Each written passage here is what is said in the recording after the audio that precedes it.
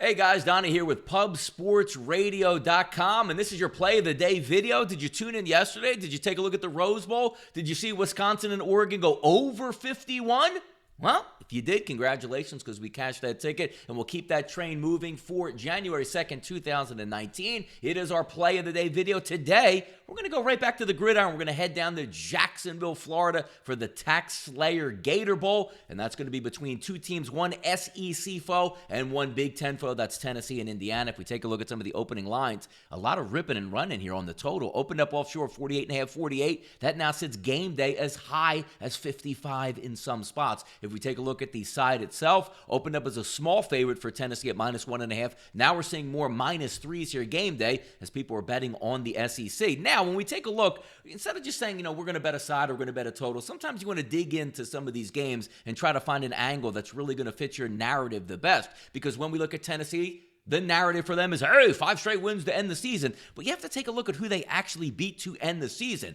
Those wins, South Carolina, UAB, Kentucky, Missouri, and Vanderbilt. If you take a look at SEC play, the Vanderbilt Commodores, 1-7. South Carolina, 3-5. Missouri, 3-5. The Wildcats of Kentucky, 3-5. Not exactly really the murderer's row of teams that usually would get in the SEC, but they did win those football games, so I guess it might account for something. But when we take a look at Indiana and what we like about them, it's offense here. If we look at Indiana on the season, 30th overall in the country in yards per game. Now look, Tennessee as a defense here, 28th in the nation in total defense, meaning yards per game that they give up. But you try to find the narrative here, because if you're playing slop offenses like South Carolina, Kentucky, Missouri, Vanderbilt, and the UABs of the road, yes, your defense is going to look pretty good, but you try to find some like opponents. Since you're getting a top 50 offense, more likely a top 30 offense in the country that you're going to be playing against in the Indiana Hoosiers, we want to see how they did against like competition. There were only 4 teams on the schedule this year in Division 1A football that Tennessee played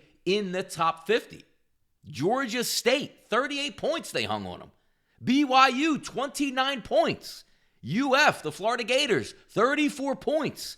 Alabama, 35 points. So these 4 teams that were in the top 50 in offense, and only one was actually in the top 10, and that was Alabama, that's an average of 34 points per game the Tennessee Volunteers are giving up against like competition to Indiana. Now, if you want to flip it over, there is a little bit of a counter argument here. If we look at Indiana's offense, who is top 30 in the country, who they played in top 50 defensive-wise, Ohio State number 1 in the country currently right now after the season's over. 10 points they scored on them. And Michigan, they only scored 14 points, but Michigan also the 11th best defense in the country. Outside of that, 18, 24, 34 is who they played. Michigan State, Northwestern, and Penn State. 31 points, 34 points, and 27 points. So against like competition, we should get some points today out of Indiana. A little bit of things that we do want to worry about is Stevie Scott III, the running back for Indiana, who did miss the last football game of the season. He's questionable for this game, but I don't really think that's going to factor in overall. I think we'll get some points from Indiana's side. So if we're wrapping this video up and we're taking a look, don't really like the total in the game,